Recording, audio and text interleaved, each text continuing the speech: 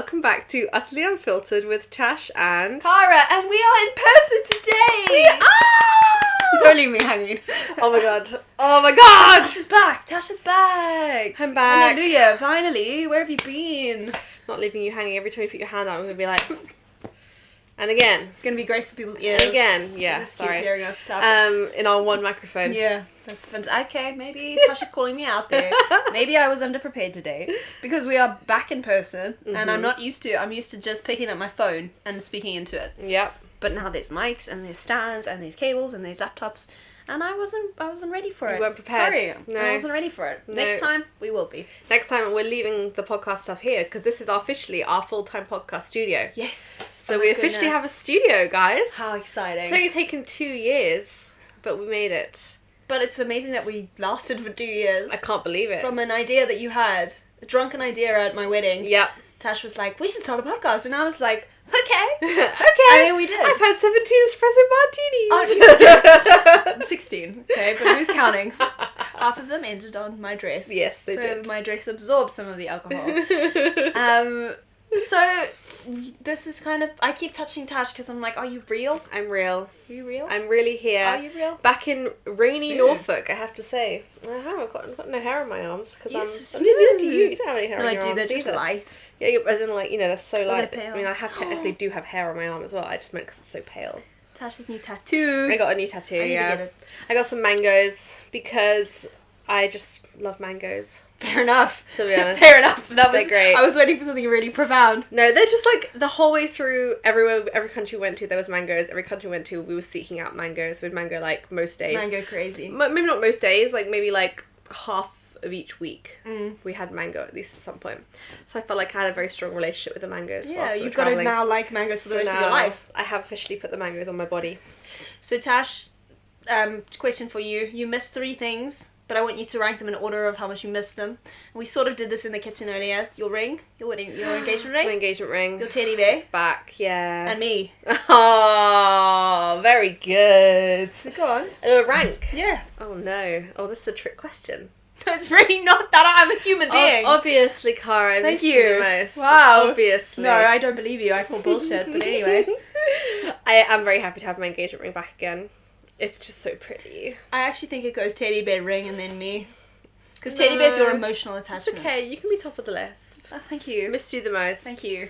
And then P Bear, and then my engagement ring. Actually, but also like look at it. The thing is, as I was saying earlier in the kitchen, was that emotionally speaking, I thought I would miss my teddy bear more. I did miss my teddy bear more. But now that I've got my engagement ring back on my finger again, I can't imagine my life without Yeah, it. it's a bling bling. You know, well, because also Ali proposed, and then 5 days later we left traveling. You didn't take it with you. So I literally wore it for 2 days because then we went to Ali's parents to then fly from Heathrow. So we got it out of the box, and I was looking at it last night, and it had gotten cloudy because it had been in the safe for like a whole year, like dusty or whatever. I was looking at it, I was like, is this what it always looked like? This is like, I don't remember. like rediscovering it. And then we gave it a wash and a brush up, and I was like, yeah, that's what it looks like. That bad boy. Oh, It's hard to yeah. miss, to be fair. It's not to be missed. It's just so pretty. And I put on Mum's wedding band last night to see it with a wedding band, because we're looking at wedding bands, because we're getting married in June. Next year, obviously. I know, I just for a split second was like, hold on. Yeah. Next month. Not this one. Don't worry, not too rushed. But yeah, anyways, beautiful. I could just talk about it for ages. I'm like, officially, I was saying to one of my friends, I'm like, I'm now ready to absolutely beat the bridal era to death. Like, I'm officially ready to only talk about my wedding, only talk about my engagement You're ring. gonna full send it. I'm ready to full send it. Yes. Because, to be honest, like, we've just not... I mean, we've had people come visit us whilst we were travelling. We had both sets of parents, which is amazing. And so they'd ask lots of questions because they were obviously really excited and interested. And so we'd like answer it, and we had ideas and things that we kind of already had beforehand. And as the podcast knows, I had planned the entire wedding before we even got engaged. Yes. So, you know, like most of it was kind of already like ready to go. So when we were traveling, I kind of, not that I forgot that we were engaged. I knew he was my fiance, but I kind of forgot we were having a wedding. Yeah, of course. Your mind was elsewhere. You Yeah, were traveling. You we were on just a different didn't really adventure. think about it very You often. pressed pause on the Exactly. sort of wedding planning and wedding thinking. And now we're back. I'm like, oh no, Yeah. I'm ready for this. I was literally saying in the group chat last night, I like can't tell. I can't decide if I'm like super excited and like ready to like full send the bridal era, or if I'm also like a bit cringed out by it, by myself as well. Do you know what I mean? Lean into the cringe. I know. That's when the best things happen in life. Lean into the cringe. It's just like, isn't it all just a bit overdone? Yeah, but is it like life is about overdoing? What else are we here for? I know. I think I we'll just say think like the cynic in me is like, yeah, but people get married all the time. Like, Yeah, so... but you don't get married all the time. Yeah, I guess that's true. So it's different. So basically what Tash was saying is we are now becoming a wedding and bridal podcast. So we're looking at a new target audience now. Absolutely not. Well, I'm sure we'll tie it in. We'll tie it in a significant amount, don't worry. Oh, yeah. But we are gonna, can we announce? Can we announce what? Oh, yes. Well, we're gearing up. Well, I guess technically speaking, we're gearing up towards the end of season 1 of Utterly Unfiltered, which is very exciting. Obviously, it's going to be, is it May? Yeah, May when this comes out. It's May right now. But I'm forgetting that we're now recording in real time. Oh my gosh, yeah. So it's Monday today, and this episode's coming out on Wednesday. Crazy. So we're up to speed. So in a couple months' time, there'll be a season 2 coming out. And it's going to be, I think it's fair to say it's going to be a little bit more... just different. Structured. We're going for a slightly different vibe. We're going for planned out, organised, actually useful information. Yes. Yeah, a little bit of that. Mostly it's still unfiltered, but a little bit less unfiltered. Absolutely. No, a little bit more unfiltered, but more unfiltered. More planned, unfiltered. Yeah.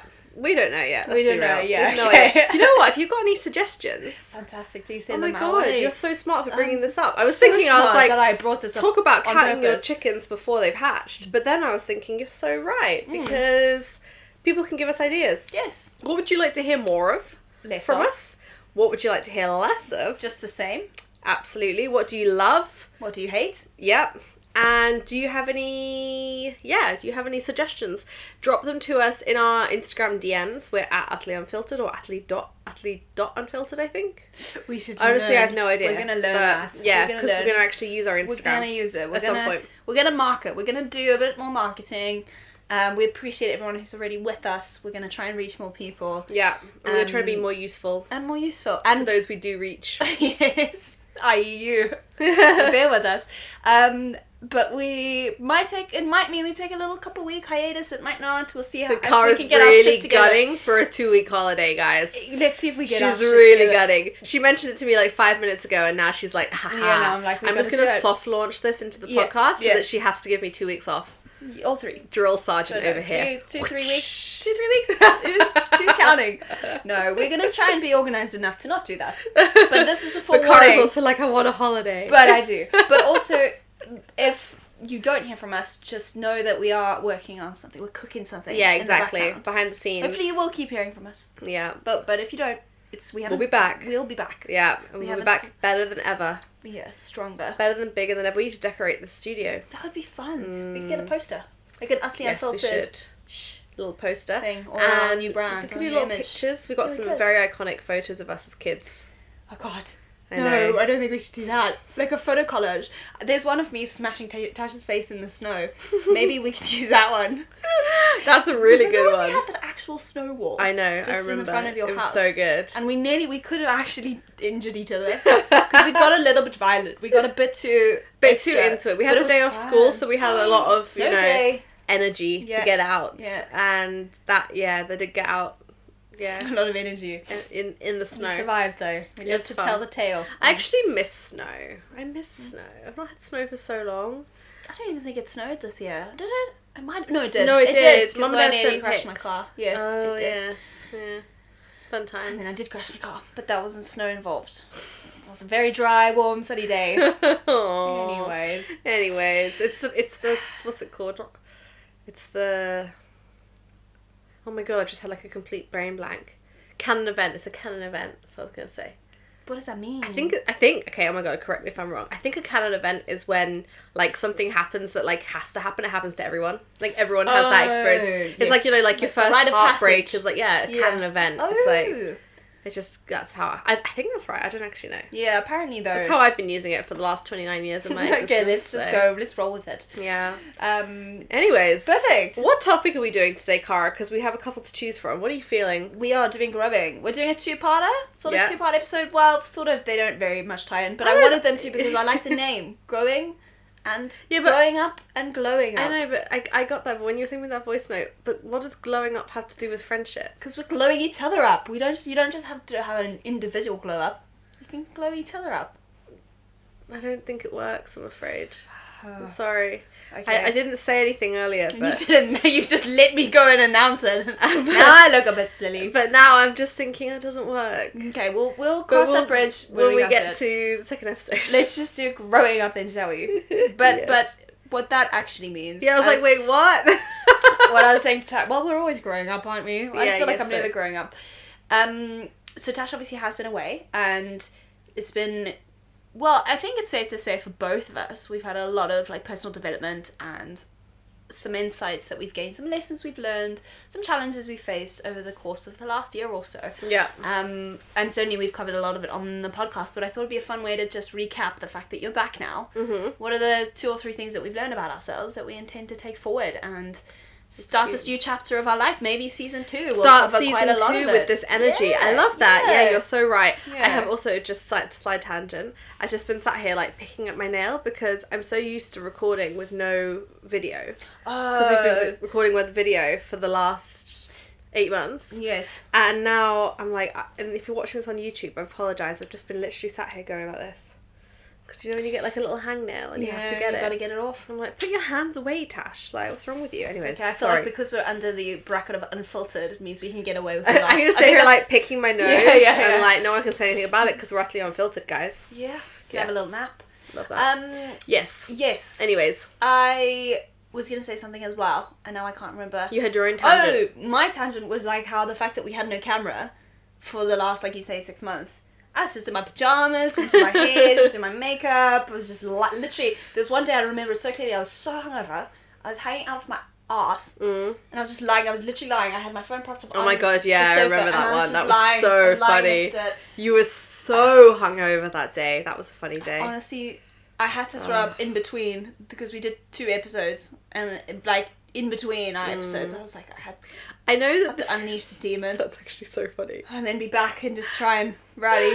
I know that like the now you're talking about a really bad hangover is not the time to talk about this. But what I was gonna say was I really fancy like a good cocktail girls' night out. Wouldn't it be so nice? Yeah, and like because Norwich has changed so much since we ever went out as kids. I have never, other than your bachelorette party, I've never been out in Norwich as a grown up. Which is not okay. Like it was only when we were like 17, 18, 19. Friday? Yeah, this Friday? No. Yeah, I was gonna say I'm actually not drinking at the moment. Wait, what am I doing this weekend? Oh no, Lloyd's here on Friday. No. Oh yeah, I'm not. I just said no because I was just. That's actually good. No, but that's good. I was testing you. When are you drinking again? She's like never. We're going to Spain at the end of this month, and I will be drinking in Spain. But it was that sounds lovely. I know, but my auntie's birthday weekend was the Maybank holiday. Yeah, so it was the last weekend. Yeah, and so it was 4 days with the whole family. And Tash knows my family. And I don't know if it's specifically a South African thing, but we are very much associated with alcohol abuse. No, and so we were just drinking the whole weekend. I do feel like it's kind of just every family. Maybe. That makes me feel better. But I went a little bit... Great. All the free alcohol. All the free alcohol, yes. Of course I was not drinking I was drinking everyone else's alcohol but my alcohol. And just don't worry, for nobody wanted your Glen's vodka anyway, Cara. Let's be real. That's true. That's why you gotta bring that's why you bring the Glen's vodka. So I basically just decided that my body needs to recover. Yeah. And I'm drinking 0.0 gin. Yeah, is it nice? It's okay. It's not the same. Like, doesn't give me quite the buzz that I'm used to. It doesn't give me the buzz, but it does. It does like it's the association that it helps. Yeah. Like if it's the feeling of like a cold drink with some ice in it, a bit flavored. If you spruce it up with some like I don't know, some little mint and some lemon or lime or orange slice, then it kind of you trick your brain into thinking you are drinking. Yeah. Is it working? It helps. If I wasn't drinking 0.0 gin, I would have definitely had an alcoholic drink by now. So I went to another family barbecue on Saturday, and everyone's drinking. And if I was just drinking water, guaranteed, or tea, I would not have continued. I would have been like, okay, just give me a glass of wine. Yeah. But because I was drinking that, it's like the in-between of alcohol and water. It's like, it's good enough to keep me strong. I find that, you know, the, like, CBD drinks? Yeah, I've never tried one. I take those, like, house parties where I don't want to drink or I'm driving. Do they help? Yeah, I find them really good. Because for me, like, especially because I get a little bit socially anxious. To be honest with you, I guess I'm anxious regardless if I'm drinking or not. But the CBD drinks, like, genuinely help that so much. It's so good. And also because then you put it in, like, a fun glass. It's, like, sweet, so it kind of satisfies the, like, sweet craving, I guess, a little bit. Honestly, I love them. Are they accessible anyway? With ID? It's Trip is one. It's called Trip. There's one called Good Rays, which I actually prefer. Also, there's a kombucha one that does kombucha with CBD. That's really nice. Ooh, I know. Yum. Oh, guys. Maybe, I was thinking on a total tangent then, but alcohol is bad for you. Alcohol's bad for you. And Cara has... Stay high on life, everybody. She's on her 7th sober sprint since the new year. Okay, Tash. Says you. Tash told me, I had to break it to you, Cara. I'm probably never going to drink for a long time. Literally 2 nights later, we can't podcast today because I've been drinking. Yeah. I know. Sorry. Just if you're gonna throw it at me, you gotta take it. Yeah, I know. So other than that, I'm so happy to have you home. It's the Millennial Sober Curious Canon event. It's Canon event! Does that mean we only have to do it once in our life? I don't know. But honestly, it is such a thing at the moment. But yeah. But we should have a cocktail. We'll have a cocktail night in the summer. In Norwich. I want to go to some cool bars. Yeah, there must be some cool places in Norwich. I just don't know. I've not been out in so long. Very cool places. And I feel like now that it's like that's where we're going to be living. Yes. So we're going to be living in Norwich. So you're going to be exploring it. We'll start at Voodoo's because we'll get a giant pizza slice. They do vegan pizza. It's delicious. That's right next to Gonzo's. It shares the same building. Gonzo's is really cute. I've been to Gonzo's a few times and it's never been a vibe. So I'm wondering if there's like one of those places you have to like pick the right time to get there. Just late on a Saturday. Really? Yeah. But then is the rooftop still open then? We'll start at the rooftop and then we'll wait for it to get busy and then we'll work our way down. Okay. Perfect. Okay. Sorted. There you go. She's organised the perfect. Yes, that is one thing I can organise. Yeah. That is something I'm good at. I just don't want to go to the glass house. No, we won't. No, I'm not taking 2 spoons. Don't worry. I only take my less sophisticated friends' spoons. Including myself. We used to go to the glass house when we were at school. Glass house is my least favourite spoons. Yeah. If I had to pick a spoon, it would be Queen of Iceni. Really? Because it's on the river. At least you have a pretty view. If you're yes, sitting that's outside. True, but it's quite rough there, isn't it? Queen of Iceni. It's okay. They do have a DJ at midnight on a Friday. Then it gets rough. Yeah. Then it gets very rough. Because it's kind of the place that you'd go, no judgment. I respect it and I would do the same. You either get the sort of late teens and manage to sneak in. Yeah. Or you get the mums that are there on a, like, the dad's got the kids, or the kids are with the going a bit crazy. And they're going nuts. Love that. So you don't really have our sort of, like, clientele in there. Yeah. Just sort of, we're a bit nomad, let's be honest. I mean, we also don't really know what we're doing. No idea. But, yeah, we'll go to some cool places. I like that. Alright, shall we jump in? Shall we jump in with things we've learned about ourselves? Or insights we've gained, challenges we've faced? Do you want to start? Should we do one each? One.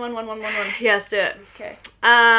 In the last year, I did actually write notes on my incredibly broken phone. Okay. Things I've learned. Something I thought. And rewind. And rewind. Pause. Play. Things I've Times 2. Things learned about myself. Pause. Oh my god, we lost it. We have lost it. That's great. Things I've learned about myself this year.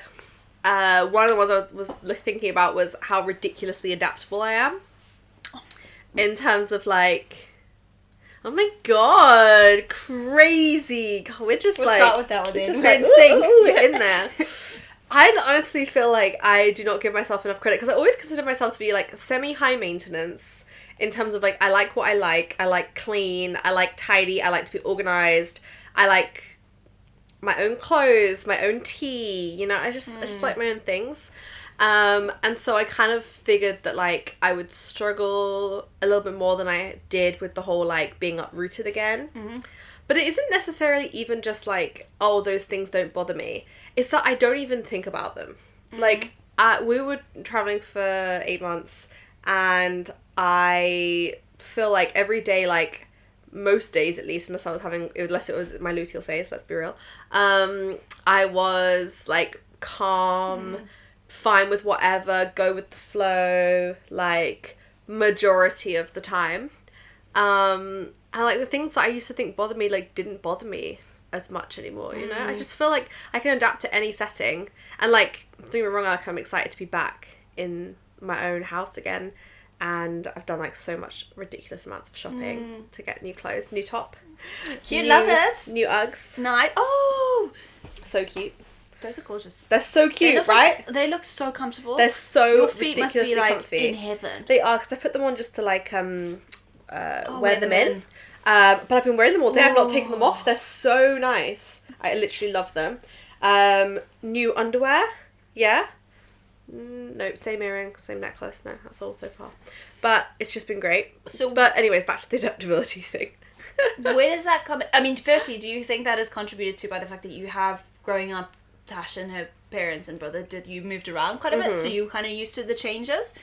Do you think that has helped at all? Definitely. Contributed? I do think, like, I've always been able to make anywhere feel like home. And I'm like, still trying to work out what specifically it is that makes me feel comfortable.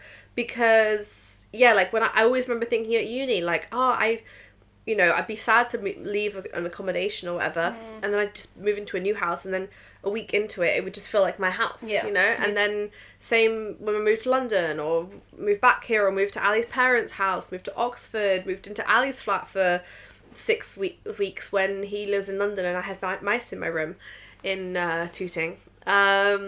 And I just feel like I can literally just sleep and have a life anywhere. And it just doesn't actually bother me, like, even a little bit. Which a lot of people would be so sort of, like, set in their ways and used to their... I know someone who doesn't travel. They'll do day trips, but they hate the idea of not sleeping in their bed. Whether it's a comfort or an anxiety or just a preference. Yeah. They you know, and it restricts like them a little bit. It does, and I feel like if I was to, like... If you'd asked me, like, a year ago, I would have been like, oh, yeah, no, definitely, like, I want to be in my own bed, I like my own duvet, like, I like my own stuff, but I actually just don't, like... And also, I guess the thing is that I've realised is that, because there were definitely times when we were travelling where, like, we went to places that weren't clean, or, like, God, the way I am so sick of shower heads over the toilet. Like, there's just this thing in Asia where, like, basically you shower over the toilet.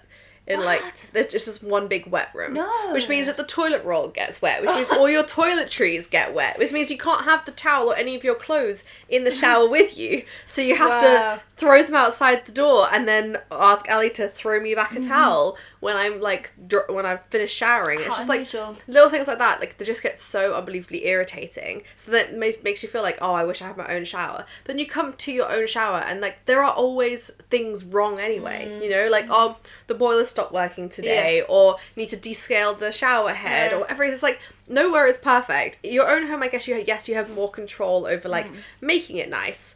But, like, at the end of the day, like, I don't know, a bed's a bed. Like, whether it's your bed or a bed in a hotel or a homestay or a hostel somewhere else, like, they can all have the same issues. And it can all be annoying. Do you know what I mean?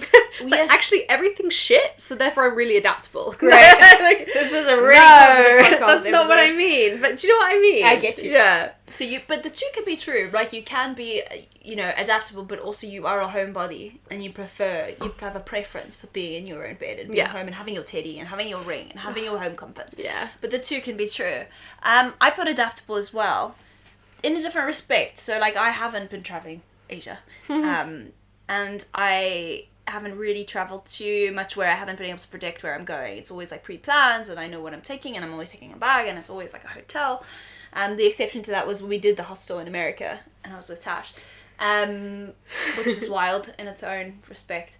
But I think I have been quite adaptable, or I've realised how adaptable I have been. And sometimes it's served me and sometimes it hasn't. Sometimes it's led to my identity crisis because of the fact that, for example, in a band context, like, I can do pop, I can do country, I can do rock now, and I can change my aesthetic and I can kind of embrace it and do an okay job at it. There's some that feel more natural than others, but there's some that I can do. Just the same as, like, I remember a work day, we literally had this most crazy day at work, and I work at a school.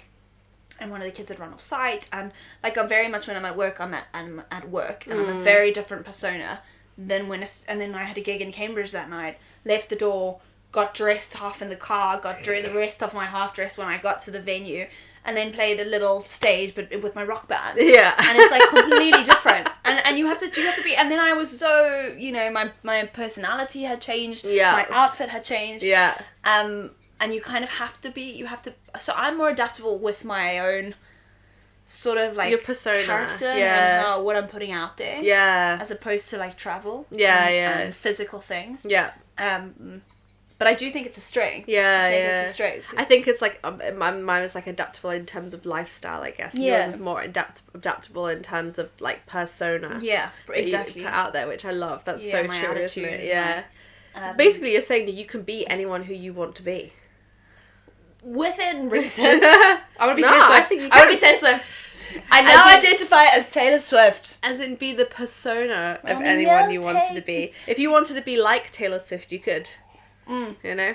Yeah, I mean, there is something to be said for some kind of authenticity, and that does get lost in the process, because sometimes I am a bit like, okay, so I know I feel a little bit more like myself when I'm on a stage and I'm doing my thing, but then at the same time, I feel a little bit like myself when I'm doing something else, like when I'm spending time with friends, or and you're kind of like, where is the blend? Like, what actually makes me me, and what just makes me a character? Yeah. That if we really want to go into the identity crisis thing of it, which is what I've struggled with, I'm like, okay, who actually am I if I'm all these different things in one? But then it's fun, keeps it fresh, keeps me on my toes. Yeah. I love that. That's really good. So that was mine. So we had the same one, which was why Tash and I were like, whoa. Because we both had adaptable. Well, I was thinking about it as well, because this is so funny. And then I guess this is where I have to like take that learning forward and like continue to try to be adaptable, even though I'm in my own environment again now. But we got the train into London yesterday, and it was like delayed by 40 minutes. And I was like annoyed, like I was like just like kind of annoyed at the train being late, because then also like what it meant was that we'd booked a ticket from the train station to Paddington. It basically meant that we then couldn't use our train ticket because it was the Elizabeth line instead of just being a regular train, because we can get on like any train, right? Usually when one's cancelled, or the train was cancelled, and then we had to get on like one that was like 3 or 4 trains later, basically, because they were all cancelled. But it's Elizabeth line rather than Great Western Rail, and then that meant that we had to then, I took our cards down to the entrance and just tapped our regular cards. Oh, yeah. Because then I had to get off at Liverpool Street and he had to get off Canary Wharf, whereas before we were both going to get off at Paddington and then change onto the tube line, which we could have still done, but because it was 45 minutes late, then Ali would have been late to see his friend, I would have been late to see my friend. Sure. And it was just like, and then we can't get a refund for our original ticket because it's an anytime ticket. But the train was cancelled, but it doesn't matter, because then it's like, well, you could just get on a different train. It's like, well, I couldn't though, because the system didn't work. So we didn't get the money back from that. Anyways, it's just like a whole stupid thing. But I was thinking about things like that have happened when we've been travelling. Like we got to a train station before to buy tickets and they're sold out. The next train's 3 hours later. We got to a train station before and there's no tickets for that train, and the other train actually is from a different station, which is like 45 minutes across the city, and it's in like 5 hours time. So then we'd just be carrying all our stuff across the city, we'll go see a new area, whatever. It was so adaptable, like never even bothered me. Every time that something was delayed or late, like we were really lucky, I think, but in my head I was like, we've never had a delayed flight or a cancelled flight or anything like that. We have had delayed like flights, but they've just never, I never even thought about it, you know. It's just been like, whatever, it's fine, it's delayed, cool. And you moved on. Get on the next one. We had one brought forward, one brought back, you know, we've had buses not turn up, other buses turn up, just all sorts of things. But I never was like, ever. Panicking. But then yesterday, literally, when this train was late, I was getting like, this is so frustrating. I'm like, why though? It wasn't frustrating when you were travelling, but now it's frustrating because you're in the UK. Yeah, have your expectations changed? Yeah. Have they altered? Well, it's like, I guess it's like your own, what's it called, like prejudice against your own place, because I'm like, oh, for fuck's sake, it's like, London. Of course there's another delayed train. Always there's a bloody delayed train. These trains, you cannot trust them. What do people do? They just rubbish, you know? And I'm like, but we have had that in other countries, but in my head I'm like, God, you wouldn't believe how good all the trains are. But I think it's because I would expect. Yeah. I guess this is where my own bias comes in, but I would have expected the trains in, you know, South India to be less reliable than the ones in London. Yeah. Because there's way less population, there's more slower, rural yeah. trains, you know, it's just, they're cheaper, so you just kind of think like, well, it doesn't really matter as much. Whereas, you know, when you're paying 20 quid to go 20 minutes down the road, you kind of hope. You kind of have some level of expectation that they might actually turn up, you know. Do you feel like you've had a mindset shift of like you were on holiday then and it was easy to be like, well, it doesn't matter because what's, you know, we're on our own agenda. Whereas now like you're meeting friends and you actually have to be somewhere and you actually are going to then leave, you know, like, have you changed has your mindset altered a little think bit? Probably, but I also just think it's like a genuinely like a negative bias towards your own place. So or not even towards your own place. I think it's because like I have lived in London. I've done the whole like commuting the Northern Line being ridiculously unreliable, train strikes, rail strikes, tube strikes, you know, the whole shebang, running for trains. Oh my god, the amount of trains that I've ran for. Platform change at the last, you know, we made a joke because we were like, they were doing the train is approaching at platform. We were like, they're going to say the platform that we're not on, even though it's like loads of people, because we've had that before. Sure. You know, where literally they don't wait. The train's at 57 and the train has arrived at 57, the train's leaving at 57, and they're like, we're all on platform 4, and they're like, it's now departing from platform 1, and then everyone's sprinting across, and you have to go up, you know, a walkway, and you've got luggage with you, and across and down the other side, and you're like, Jesus Christ, like, this is actually like some kind, we're being punked, like, we're being, where's Ashton Kutcher? Literally, like, that's no one will understand that reference if they are not millennials, but anyway, okay, so anyways, all of that to say you are adaptable, but not in certain contexts. I think I need to now bring that into my actual life, transfer it, because I was even thinking this morning, and this is a kind of a different point, so this is kind of my second one, I guess I would say, if you don't mind me running on to the second one. Go for it. But it was 3 areas. You said not 3 areas, but just anyway, an area that you want to grow on. And this is one thing I thought I wrote down, which was like to take a metaphorical chill pill. Because genuinely, I like that. There have definitely been moments where I've been anxious, obviously, that I've definitely spoke about on the podcast in the past, so I don't need to go back into all that again. But I was so much more relaxed and just like trusted that things would just like, we'd arrive at the right time, things wouldn't matter, we're late, you know. I didn't have that like kind of like feel like anxious feeling in my tummy where I'm like, we've got to get somewhere, we've got to do something, you know, something's important, what if this goes wrong, what if that goes wrong type vibe. And I was like in the shower this morning and I was thinking about how like I was thinking about all the different showers I've been in the last 250 days and how in absolutely none of them was I rushing, oh quickly let me wash my hair, put my face wash on whilst I shave my legs to save time, and I'll just quickly grab my conditioner quickly at the same time to like get it all done as quickly as humanly possible because I've got a meeting in 5 minutes, or I've got to get out the house in 2 minutes time, or I'm like, oh my friend's coming over at this time, like quick, I'm not ready. And I've not had any of that because I've not had any kind of responsibilities that require that. But also, like, even if we were leaving the house for something, we just left the house when we left the house. Yeah. Like, we didn't think about it. Time wasn't of the essence. No, it just wasn't of the essence. We just chilled.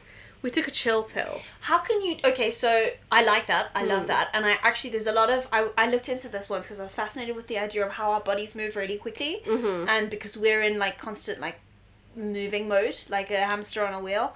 But when your body's moving quickly, you kind of send signals to your brain that you're in panic mode. Yeah. Like you would if you were in, you know, the only times that in evolutionary terms, if you in the caveman eras, when you moved quickly, it was because you needed to escape something or you needed to attack something. So by us moving quickly, we almost tell ourselves and tell our bodies that we're in to be panic mode. Yeah. So I looked into something which was, I don't know, it's just called, I don't know, it's like slow movement, but it's where you physically slow your body down. And I guess mindfulness does that. But also if you actively, like, for example, for anyone actually watching us, I could like reach for my mug really quickly, or I could just like do it extra slow. Yeah. And there is a little bit of research that if you physically slow your body down, it does calm your nervous system down and it does make you chill out. I like that. But how do you do that when you do have a meeting to rush for, or you do have a friend who's coming in and you're not ready? How would you put that into practice in a situation where time is of the essence? What it made me realize this morning was it's really important to give yourself time. So I was thinking, I was like, right, if I want to have a life before I start my 9 to 5, I need to wake up at 6 o'clock and make that happen. Yeah, okay. You know, like, that needs to be, like, something that I'm willing to do.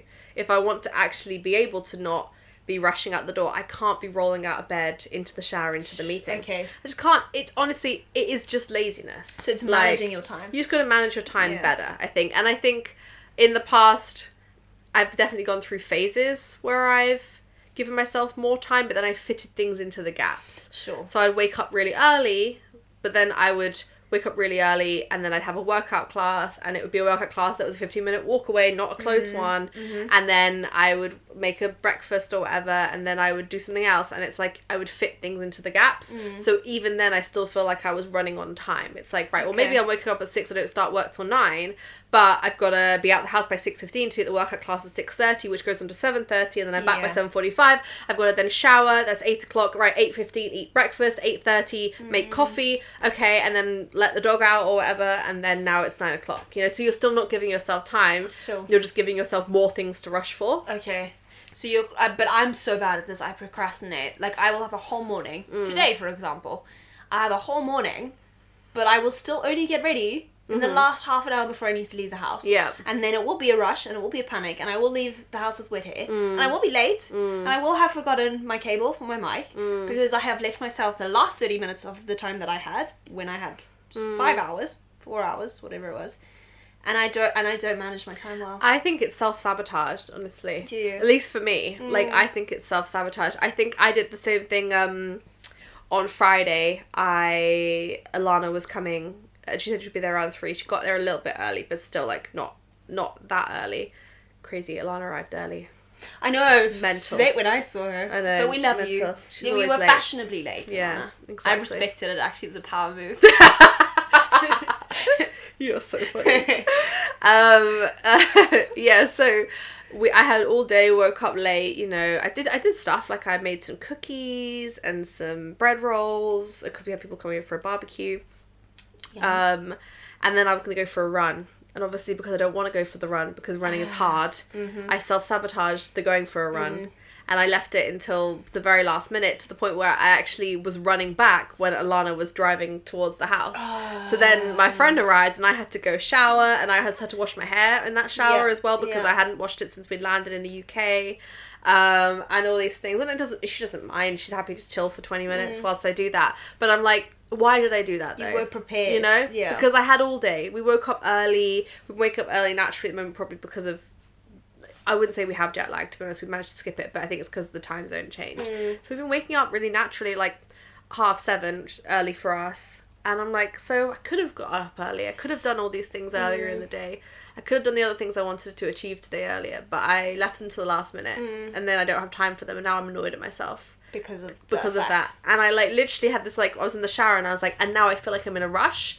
And it's the first time I've, like, felt that kind of rush for a while. And I literally was like, oh my god, I have to take a chill pill. Yeah. I have to take like, a chill pill. This. Like, we can't be living like this again. Because I think we just get used to it, and we make it worse and worse and worse for ourselves. And we add more things onto our plate. We take on more responsibilities. We then rush more for those things. We sleep later whilst also adding more things to our plate. Sure. Because we go to bed later because we're doing the things the night before that we've also added to our plate. But we also go to bed later because we know we don't want to wake up early, even though we should really wake up early. And we just, like, create this, like, never-ending spiral for ourselves. But then it wasn't until I actually stopped that completely, and then, like, went from one day just being on the metaphorical chill pill kind of vibe, the next day being back in that rush mindset again, and I was like, oh, wow, that's, like, a lot that we're putting on ourselves there. Like, we don't need to be rushing like this all the time. I don't really even think we get there any quicker. No, for sure. That is actually a very good point. And where is the destination? Yeah. Where are we getting to? Yeah. Like, does it matter that Alana was chilling there for 20 minutes? No. I think she was So fine. why was it built up, you know? Alana, did you mind? Your friend you hadn't seen for so long. Well, I suppose you did go and visit. You went all the way to visit Tash in Vietnam, and then she couldn't even be bothered to get ready on to time wash for her you. hair I don't in know. advance, I know. I'd be pretty livid. No, I'm what joking. a terrible friend. I do. I feel that. I don't know if it's always that for me. I think I do have time anxiety. Like, I hate being late. But then, on the flip side, I make myself late. Yeah. And I don't know what that is. I don't know. But it's self-sabotage, because then you get to feel bad about yourself. Yeah, maybe. And then you get to rush, and you get that adrenaline rush, you know, of like, all right, we're going to go now. Go, go, go. And I also just feel like time is, I never feel like, time is a construct and blah, blah, blah, they say this all the time, but I never feel like I have a moment where I'm not thinking about the next thing I have to do, which again is what mindfulness comes in, right? And I've got to practice that. But I think yesterday I was on a run and I went past a pretty little pond on like my route, and I've been past it every time. But for the first time I actually stopped and I like let myself just watch it for 5 minutes, and I was like, I wish I could do this for an hour, and I didn't have something else I need to do, and I need to go home because I need to pick up my auntie and blah blah blah blah. And I was like, I just wish. But, like, when is that ever going to happen? Yeah. When will I have the discipline to clear my day and be like, you know what, actually, I can't really justify doing this because I've got this and this to do, and I should have seen this person, and I should have messaged that and replied to that message, should have prepped this song or practiced. But when am I going to give myself permission to be like, actually, for a whole day, I'm not going to achieve anything. Yeah. There's a constant feeling of, like, you need to achieve to be valuable. Absolutely. And when am I going to just not achieve anything? When can I actually just go and sit at the pond for an hour or two and actually not watch the time? Yeah. Just leave when I feel like leaving. Yeah. I don't know. And see that as achievement as well in its own right. Sort of ties in with one of mine. Go on. That I'm too forward thinking. And it's good to be forward thinking, it's good to plan. This is something that you want to grow on, is it? This is something I want to grow on, and it is literally exactly what we've been talking about. That whole notion of anxiety coming to you when you live in the future, and depression when you kind of harbour on the past. But I'm constantly thinking the next day. Like, I miss the moments because I'm like, what's the next moment going to be? What do I need to do for the next moment? Like, even now I'm sitting here and I'm like, okay, cool. Like, I need to make sure, like, I leave here at 25 past 5. Yeah. Then I need to go find my parents because I'm going to feed their fish because they're away. Then I probably should fill up with fuel because tomorrow I don't pass a fuel station and I'm working tomorrow and I leave too early to go out of my route. And like it's constantly what's next. Got other things on your plate. And it's not because I'm not enjoying the current moment. It's because I'm fretting about the things that I could possibly fail on in the future. Yeah. And that is where anxiety comes. Whereas if I'm able to just be like, actually, I have everything in hand. I know what I need to do. Feeding the fish will take 2 minutes. Yeah. I know where the fish food is. If I don't fill up, I still have half a tank. I could do it tomorrow night. Like, it shouldn't be relevant. Mm-hmm. But I'm like that in every moment. In every way. Yeah. Maybe, I don't know. Maybe that is something.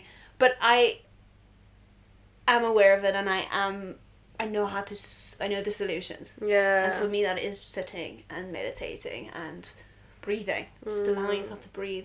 Well, I think also, I wonder if it's like, because I get what you're talking about, and I think sometimes we need to just like do and not think. And I do feel like I 100% get that feeling, because I've 100% do the same thing as well, where I'm like always thinking about the next thing I need to do, the next thing I need to achieve or finish or whatever. And I also panic that I will forget things off my list. Yeah. So I'm like, I'm a list maker. I have to write things down. I have to check the list constantly. And like, it's just like everything has a time in my phone, you know, like doing this at 9 o'clock, this at 9:15, this at 9:30, this at 10:30, whatever.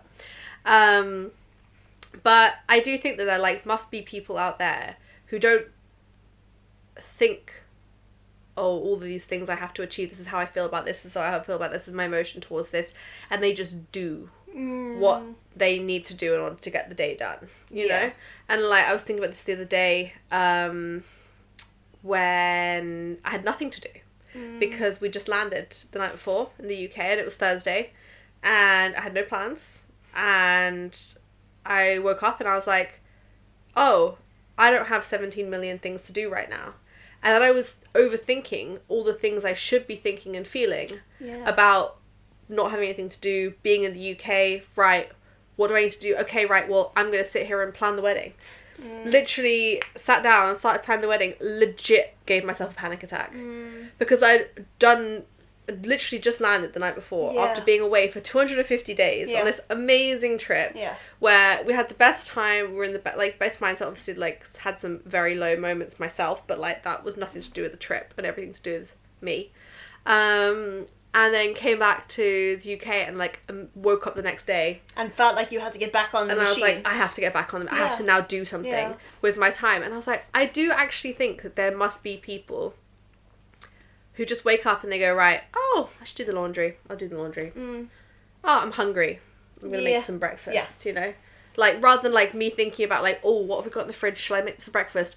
What should I make for dinner tonight? You know, oh, maybe I should contribute this thing. And it's like, that's about 7 hours away, Tash. Or probably more than 7 hours away, actually. let's just think about, like, right now. Like, get up, have a shower. Because then sometimes those moments could feel paralyzing. You said, like, you know, you had all day to get ready for the podcast, but then half an hour beforehand you were like, right, quick, I need to go wash my hair, I need to do all these things. And it's like, I think if we were just doing and not thinking, you would have woken up this morning and just naturally got in the shower and washed your hair. Yeah. Because it's just a natural behaviour in the morning, you know, freshen up, wake up, get out. You would have made yourself some food. Like, you would have still done all the things and moved around the day, but actually, I wonder, this is the experiment I guess I need to try on myself, is I wonder if I could actually achieve more if I just didn't think. It's the shutting off the brain, which is what mindfulness tries to do, right? Is the shutting off the brain, because the brain is telling you to keep going and keep thinking and keep whatever, and the body's telling you to stop. Yeah. And mindfulness is where you're trying to be body focused and not mind. And I thought, it's exactly that. I mean, on the same run, I was then thinking about this. And thinking about how, like, when I'm running, because I'm so focused on the path, because I usually do cross country and I love the fields, but you have to pay so much attention to your footing and where you're going so you don't trip. Yeah. And I have tripped many times.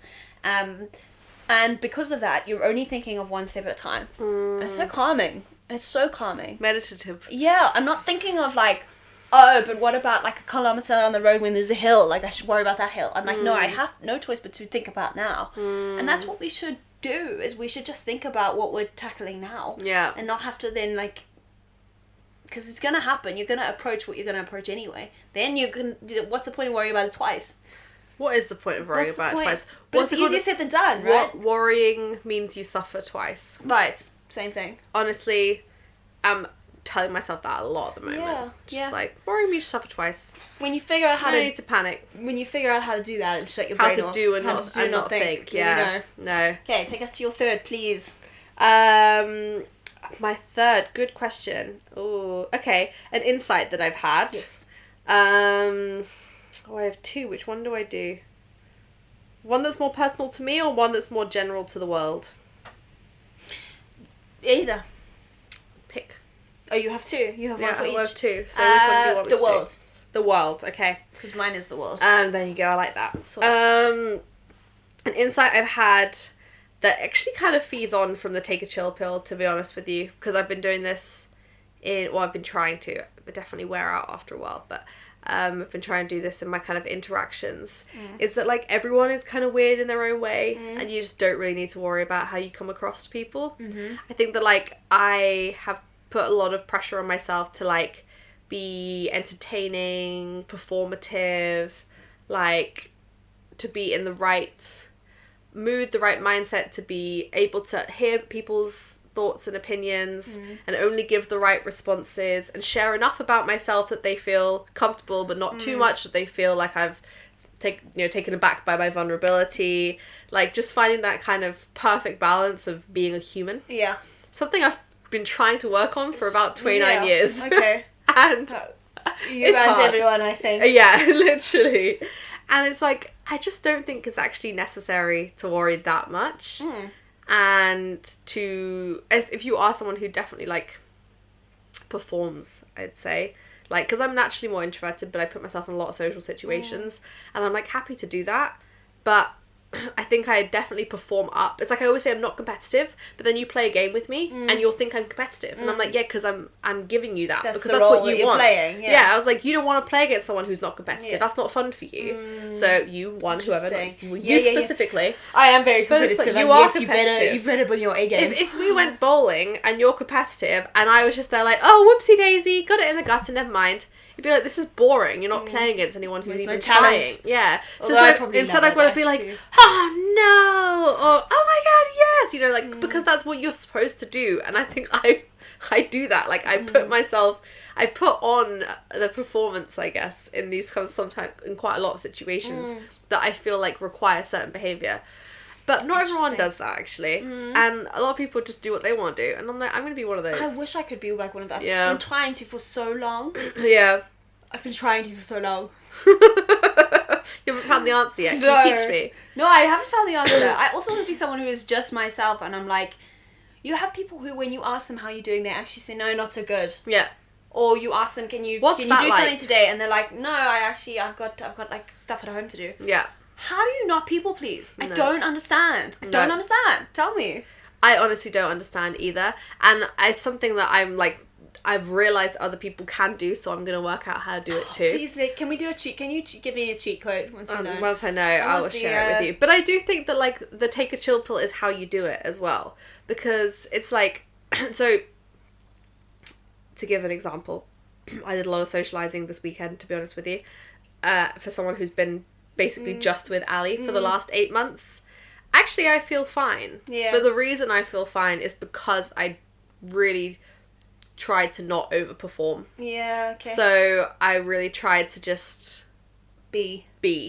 And, like, there were a couple of times this weekend where I know that, like, the people I was with probably wanted, like, a little more from me in terms of, like, they wanted me to be more engaged or just be something for them that they might need, if that makes sense. Yeah. But I didn't want to do that. Like, I'm just gonna chill. I'm not gonna necessarily be what everyone else needs. I'm just gonna be what I need, if that makes sense. And what I need is just chill, relaxed, drama-free time. But that's what it should be. Like, we should just be responsible for our needs. Exactly. You know, not for... Of course, there's situations where you are responsible for your kids or you know, a partner, then yes, you are, to an extent, responsible for their needs. But first and foremost, I keep saying it, but it's like, put your oxygen mask on before helping someone else. Because you can only be there for people if you're there for you first. Exactly. And it's true. So true. No, and I think it's like knowing where you want to be vulnerable and where you don't, and being your own guard of that, and then also knowing when you want to be a listening ear for somebody, and also knowing when you can't take on their problems, and being strict with that boundary as well. And I think I've struggled with both in the past. I've felt like I had to overshare. I honestly can think back to episodes of the podcast where I've overshared with the podcast, because I feel like, well, that's what the podcast requires of me, is for me to be super, obviously, utterly unfiltered, because that's what we are. We're utterly unfiltered. But it's like I'm doing that because I feel like that's my job. I need to perform in that way because I felt like that was what the podcast needed from me. And then there's also, can think of so many times, and I do it all the time with friends, where I am very happy to be a listening ear. So don't take this personally or to make me think that you can't share with me, because it's actually I'm actually not thinking about you in this example at all. But I think that I am so known to be an open listening ear, because I definitely don't think I'm judgmental, and I think I'm also incredibly neutral, being a Libra, where like there's like dirt all over my trousers. I didn't know that. Where I don't necessarily have the answers, or I can see both sides of an equation really easily. I can see like the balance a lot of the time. So like I'm really happy to be listening ears for people, but then I am empathetic and I do take on other people's situations like as my own, and it can leave me feeling drained, to be honest with you, and it can leave me feeling kind of in a bad mood or just a bit shitty or like frustrated about things. And it's like, well, actually, like I don't need to feel that way based on someone else's experience. But that's where protecting your peace is important. Yeah. Because if you are just naturally someone who's going to take it on, yes, your one route could be, okay, I'm going to just make more time for myself and say, actually, sorry, I can't chat about this with you now. Like, let's talk about it next week when I see you, or whatever. Yeah. There's that route, but there's also the like, I can listen to you, but then I'll detach. Exactly. I'm not going to necessarily give you the reaction that I know you're looking for from me. I'm not going to perform in that way.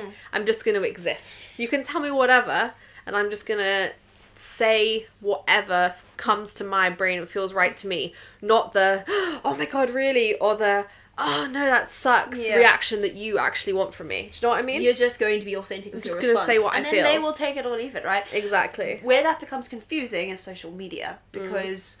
For example, in my feed at the moment, there's a lot of like completely the opposite pieces of advice. And one is that, or like not even advice, accusations. One of the channels is like, okay, it's not cool to like ghost people and never explain to them why, and just to like not talk to them. Like, that's selfish and that's mean. Yeah. The other one's like, actually walking away from a situation and letting the person create the story in their head as to what you've done is actually not your problem. Yeah. Just rather get out of the situation. Yeah. And you're just like, you're getting fed these two opposite like schools of thought, and they're both accusing you of saying that actually they're both saying it's dysfunctional to do the opposite. Yeah. So it actually leaves you no choice. So actually don't get your guidance from social media. No. I guess, but I like that, because that's the best I sent you the other day, didn't I? Where it was like, explaining yourself is hard. Like, yeah. I'm just gonna let them judge me. Yeah. And I do feel like I've like internalized that after hearing it. I'm like, yeah, it is. Acting out for people is hard. Yeah. Like being the person other people want you to be is hard. So I'm just gonna be who I want to be, and other people can just deal with that. Yeah, and let them do it. I will conclude with my final one. Please do. Which is also insight, and it's insight about me, but also the world. But it's also more of a like. This ties in with I've talked about it before on the pod, so I won't go into the sort of everything around it. But my insight is that like the only time that I can achieve like peace or feelings of peace are meditation. But what that translates to for me is like a detachment from ego. And so it's not just meditation. That's where I can channel, that's where I can like have it on demand. But it's like perspectives of how I read situations. And by ego I just mean by seeing myself as important to people, I suppose. Which sounds counterproductive, because I know that I'm important to people, like we all are. But it's like seeing things as personal. Is this one you wanted to work on? Yes. Well, this is an insight that you've had. Insight and to progress. Okay, it's an insight, The insight is like, what holds me back is my own like overbelief in myself. Right. So it's like things like, you know, if I think a song is going to do really well and then it doesn't, it will literally ruin my week. And I'll think, no, I can never do music again. Like, how embarrassing, like, that I thought I could do this when clearly I can't. I'd only got 20 streams. Like, it's not just overbelief, it's also underbelief. It's thinking, actually, it's the flip side, and thinking I can't do this, and then something good happens, and I'm like, actually, to try and not take things personally, because ego is ultimately thinking of yourself too much. Yeah. Not in a horrible, like, oh, like, I like, I'm always just my own priorities matter more than anyone else's, but it's being too much in your own mind, and taking everything personally, taking good things personally and bad things, like taking wins personally, and thinking, oh, look at me, like, I did that, and taking losses personally, like, oh, look at me, like, I did that. It's like, if you take the person out of it, and if you just think, actually, instead of me achieving, or me winning or losing, it's not me winning or losing, it's just something that's what's happened. Is the path. I guess this is back to what we started the episode on, which is like just doing and not thinking. Yeah, pretty much. It's like you're still going to put the music out anyway. You're still going to go to the gigs anyway. This is it. You're still going to do all the same stuff. So stop thinking about it. Just do it. Yeah, but for me, it goes both ways. It's like which I'm not capturing very well, but it's just as much the positives than the negatives that I'm going to try and not let sort of filter attach to, exactly. Because that just gets me on such a high that when things then don't continue on that trajectory, then I can't, like, I crash. Yeah. Whereas actually, you know what, if a song does well or a gig does well, then I need to let it be. Like, cool, it did well. Yeah. And if something happens, it happens. If something doesn't happen, it doesn't happen. Yeah. Like, that's it. It's like celebrate the wins, but then just keep going and doing the things you were doing before, rather than thinking about, like, okay, well, now this is my new expectation that I'm going to set on everything else. But not let it reflect on me. Yeah. And not be like, oh, the only reason that failed was because of me, or the only reason that succeeded was because of me. Yeah. Because either way, you set yourself up to fail. Yeah. Because then you will take everything personally. It's very also easy to say and hard to do. Yeah. How are you going to try to do it? Again, meditation is my way to try and do that. I almost need to feel out of body. Like, people probably achieve it in different ways, but when I feel more spiritual, when I feel like connected to something greater, that's when I can feel like less of myself achieving or not achieving things. Yeah. I can feel like there's more of a path or a journey, or that this is meant to happen. And I know that's woo-woo, but it helps me, so I don't mind. Like the meant to be thing, or this just wasn't, like, rejection is redirection. Yeah. That all kind of takes me away from me being responsible for things. Yeah, it's just like, you're on the right path, just keep going, just start doing. Yeah, and not thinking. Yeah, not thinking, yeah. Do and not think. That's God, how... Always. Okay, I'm gonna, like, Google how to do that. Yeah. To do and not think. I'm gonna think about how to do and not think. But great. Absolutely. It's just taking action, isn't it? It's what we always say, is that, like, at the end of the day, like, that's always the win. Like, just make a step forward, whatever it takes. And, like, usually that is enough to just put you to the next thing and to the next thing, you know? Rather than already thinking 5 steps ahead. It's like, just do the next one. So live in the moment is probably a good way to to capture this entire episode. Definitely. The power of now. Which is, I suppose, what... Yeah. Boom! Mic drop a moment at the end there. The power of now. It's a book title. Oh. I thought you came up with that. No. It's like, that is amazing after 50 minutes of talking. Well, I'll take credit. Whatever. Yeah, that's it's not great. Eckhart Tolle. I want to read that book. Eckhart Tolle. I'm going to read it. Yeah. I'm going to listen to a voice audiobook. You know Spotify has audiobooks? I don't have Spotify. Oh, but I have me Audible. neither. Ali has Spotify, and yeah. I'm like, I need him to upgrade so I can do the audiobooks. Sounds so good. Guys, anyways, thank you so much for spending time with us today. Yes, thank you so much and for enjoying not enjoying. I mean, I hope you enjoyed it. For listening to. Withstanding. Yeah, I really hope you enjoyed it, actually. Listening to our first episode. Yay. Back in person in the new podcast studio. Yay. Woo! Which we are going to redecorate. Yes, we are. We'll give it a bit more character, but it's a comfy sofa, so I'm happy. It's so comfy. I'm so cozy. Yeah, me too. And we have coffee on demand. I need to pee so badly. Me too. Guys, please like, subscribe, share, comment. Let us know what you want to see from season 2, and we will be back next week. Love it. Thanks. Bye.